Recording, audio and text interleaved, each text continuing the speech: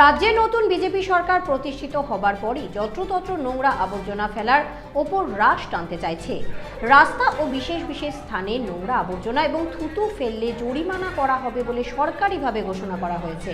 আগামী 3 মাস বিভিন্ন সরকারি দপ্তরের মাধ্যমে সাধারণ মানুষকে সচেতন করবে।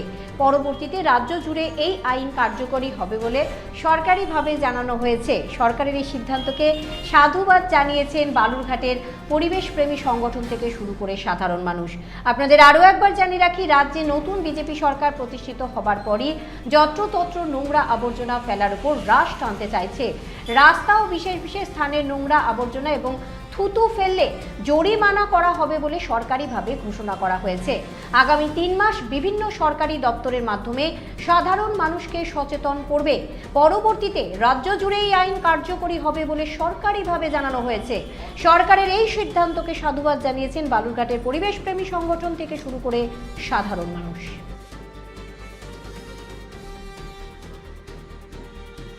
দাদা, সরকারের নির্দেশ আছে শহরের যেখানে সেখানে নোংরা ফেলা যাবে না, কিন্তু এখনও ঠিক চিত্রটা উল্টো, যে শহরে বিভিন্ন কারণে নোংরা দেখা যাচ্ছে, লোক এসে ফেলে দিচ্ছে সাধারণ মানুষ।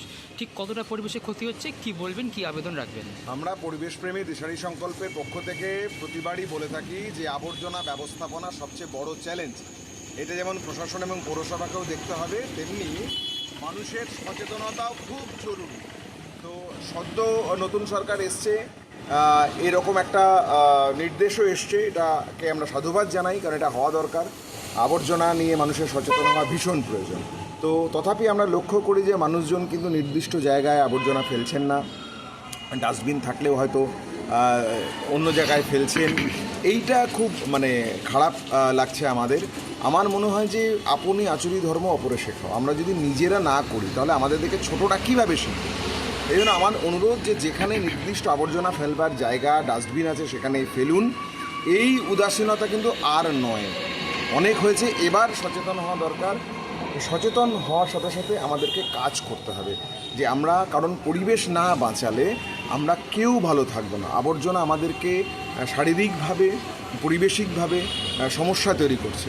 ফলে আবর্জনা ব্যবস্থাপনা নিয়ে আমাদের ভূমিকা আমাদের গ্রহণ করতে হবে। আর পৌরসভা এবং প্রশাসনের কাছেও আমি অনুরোধ করব, তারাও বিষয়টা গুরুত্ব দিয়ে উপলব্ধি করুক। ফাইন করলে কতটা কি ভালো অ্যাজ এ পরিবেশবিদ আপনি কি? এটা তো সরকারি বিষয়, তবে আমার মনে হয় যে আগে একবার সমস্ত মানুষকে ডেকে যদি একটা গণকনভেনশনের মাধ্যমে এই বিষয়টাকে বলা হয় এবং তারপর ওই ব্যবস্থাপনা করা হয়, তাহলে সেটা বেশি ভালো হয়। কি নাম? তুহিন শুভ্র মণ্ডল, কি পদে আছে? সম্পাদক, দিশারি সংকল্প। দাদা, সরকারের নতুন একটা নির্দেশিকা এসছে, যেখানে সরকার থেকে আবেদন করা হচ্ছে শহরের মুক্ত জায়গাতে নোংরা ফেলা যাবে না। এটা একটা হচ্ছে পরিবেশের একটা ক্ষতি হচ্ছে। অ্যাজ এ সাধারণ নাগরিক হিসেবে আপনি কি বলতে চান, এবং কতটা কি প্রয়োজন আছে, এবং এই যে নোংরা মানুষ যে ফেলছে কতটা ক্ষয়ক্ষতি হচ্ছে? শোনো, সরকারি যে নির্দেশিকা এসছে সেটা অবধারিত একটা ভালো ইঙ্গিত, একটা পজিটিভ সাইড।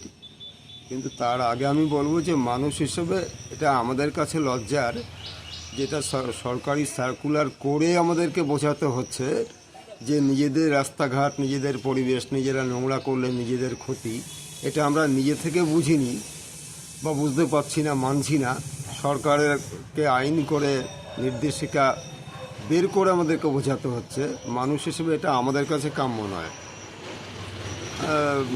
খুব স্বাভাবিক ব্যাপার। আমার বাড়ি থেকে বেরিয়ে যে রাস্তাতে আমি হাঁটছি, আমার বাড়ির নোংরাটুকু আমি ফেলে নিয়ে গিয়ে সেই রাস্তার মধ্যে ফেলে দিয়ে রাস্তাটাকে অপরিষ্কার করা শুধু আমার নয়, যারা গোটা রাস্তা দিয়ে চলবে সমস্ত পথচারীর অসুবিধা। তো নিজের বাঁচার পরিবেশটা, আমি যেখানে আছি, যে শহরে আছি, যে রাস্তা দিয়ে হাঁটছি, সেই পরিবেশটাকে স্বচ্ছ রাখা, পরিষ্কার রাখা, এইটুকু শুভবুদ্ধি আমাদের যদি না উদয় হয়ে থাকে, তবে যে তার কিছু করার নেই। এটা দুঃখজনক। এবং সরকারি নির্দেশিকার ফলে যদি চাপে পড়ে আমরা মানতে বাধ্য হই, সেটাও বলবো যে ভালো। কতটা দৃষ্টিকটু ব্যাপার? নিঃসন্দেহে দৃষ্টিকটু। এবং তার চেয়ে বড়ো কথা হচ্ছে নিজেদের ক্ষতি। তো যেখানে সেখানে ফেলা একটা অপরিচ্ছন্ন ব্যাপার। আজকে বাইরের দেশে, বিভিন্ন দেশের রাস্তাগুলো দিকে তাকালে মনে হয় ওখানে থালা রেখে ভাত খাওয়া যাবে, এত ঝাঁ চকচকে। সেখানে সরকারকে আইন করে বলতে হয়নি, সেখানে মানুষের বোধ বুদ্ধি আছে, তারা সেই স্বচ্ছতা নিজে থেকে রাখে। আমরাও তো ভারতবর্ষের পৃথিবীর মধ্যে অন্যতম একটা দেশ, একটা সুবৃহৎ ধর্মনিরপেক্ষ গণতান্ত্রিক দেশ। সেই জায়গা থেকে আমার দেশের মানুষরা, আমার শহরের মানুষ, আমার রাজ্যের মানুষ, তাদের কেন এই বুদ্ধি থাকবে না যে এটা এইভাবে অপরিচ্ছন্ন রাখাটা দৃষ্টিকটু এবং সকলের পক্ষেই ক্ষতিকর। সাধারণ নাগরিক হিসেবে আপনি হচ্ছে জনতাকে কি আবেদন রাখবেন, কি আবেদন করবেন সর্বশেষ? কারণ মানুষ হিসেবে আমি বলবো, দেখুন, এই পরিষ্কার পরিচ্ছন্নতার সঙ্গে জড়িত হচ্ছে একটা টোটাল পরিবেশ বিষয়টা। পরিবেশ তো অনেকভাবেই আমরা দূষিত করছি। আজকে 150 বছর আগে রবীন্দ্রনাথ, আমাদের কবিগুরু, বলে গেছিলেন যে বৃক্ষরোপণের প্রয়োজনীয়তা বুঝিয়েছিলেন। আমরা তখন সেটা ফিল করিনি, আমরা নির্বিচারে সেই বৃক্ষ ছেদন করে চলেছি নিজেদের সামান্য স্বার্থে। তার ফলে একটা বিশ্ব উষ্ণায়ন তৈরি হচ্ছে, গোটা পৃথিবীর ব্যাপী একটা গ্লোবালাইজেশনের যে এফেক্ট পড়ছে, সেই তীব্র গরম, তীব্র বৃষ্টি, যেটা অসহনীয় একটা পরিবেশ তৈরি হচ্ছে আমাদের নিজেদেরই কারণে, সেটাও পরিবেশ নষ্ট করা, এটাও পরিবেশ নষ্ট করা। তো এই জায়গাগুলো, এই বোধ বুদ্ধিগুলো আমাদের আনা উচিত। এবং আমি মানুষের কাছে, শহরে একজন নাগরিক হিসেবে সাধারণ মানুষের কাছে আবেদন করব, অনুরোধ করব, বিনীত ভাবে অনুরোধ জানাই যে নিজে থেকে যে বোধ বুদ্ধি আসেনি, সরকারি নির্দেশিকার ফলে হলেও অন্তত সেটাকে মান্যতা দিন। নিজের স্বার্থে, নিজের শহরের স্বার্থে, নিজের পরিচিত পরিজন যারা মানুষ আছে তাদের স্বার্থে, নিজের দেশের স্বার্থে আপনার পরিবেশ আপনি পরিষ্কার রাখুন, আপনি ভালো থাকুন, অন্যকে ভালো থাকতে সুযোগ করে দিন। কি নাম আপনার? আমি দেবাশিস অধিকারী।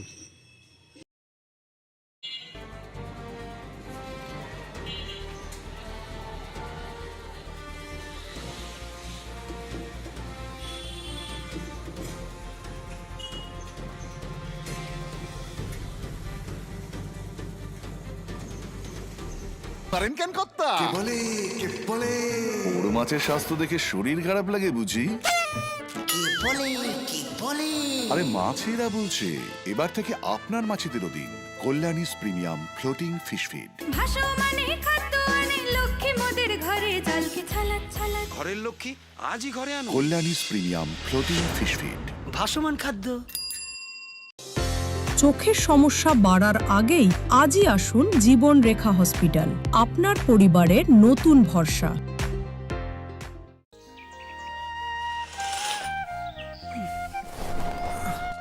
হ্যাঁ রে, তুই নিজেকে কি সুন্দর ফিট রাখিস, তোর বরকে রাখতে পারিস না? তোর দাদা জেনেছে nature pure rice bran oil দিয়ে রান্না করলে শরীর এমনি সুস্থ থাকে। হ্যাঁ, সে তো ঠিকই। শরীর চর্চার পাশাপাশি ভালো তেল দিয়ে রান্না করাটাও জরুরি, আর সেই জন্যই আমার একমাত্র choice nature pure rice bran oil. শরীর সুস্থ রাখার জন্য আমার পছন্দের সেরা cooking oil nature pure rice bran oil, সম্পর্কে স্বাদ এনে দেয়। সোনার ছোঁয়ায় আপনাকে রাঙিয়ে দিতে চোখ ধাঁধানো শ্রীহরির গোল্ড প্লেটেড গয়নার বিপুল সম্ভার নিয়ে এলো রায়গঞ্জের সোনার ছোঁয়া।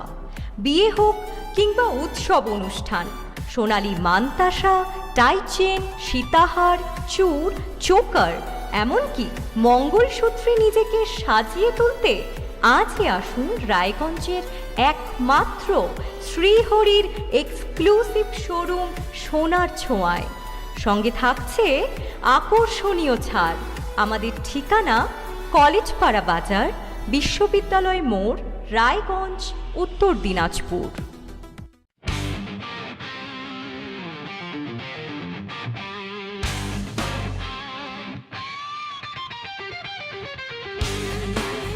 কম বাজেটে ইলেকট্রিক বাইক খুঁজছেন, তাও আবার স্মার্ট বাইক?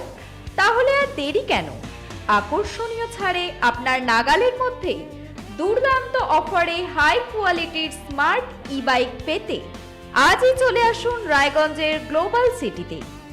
বিভিন্ন নামী কোম্পানি ইলেকট্রিক মোটর বাইকের বিপুল সম্ভার রয়েছে আমাদের কাছে, সেই সঙ্গে সার্ভিসও পাবেন একেবারে হাতের কাছেই। তাছাড়া একই ছাদের নিচে সুদৃশ্য হোটেল, রেস্টুরেন্ট, এমনকি অনুষ্ঠান ভবনও থাকছে। তাই আজই আসুন গ্লোবাল সিটিতে। আমাদের ঠিকানা 12 নম্বর জাতীয় সড়কের ফ্লাইওভারের পাশে, রূপাহার, রায়গঞ্জ, উত্তর দিনাজপুর।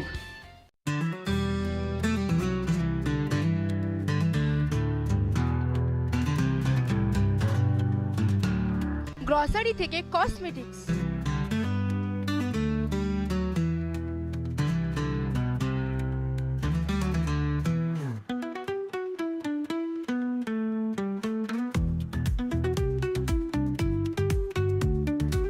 আপনার যে কোনো প্রয়োজনীয় জিনিস পেয়ে যাবেন একই ছাদের তলায়।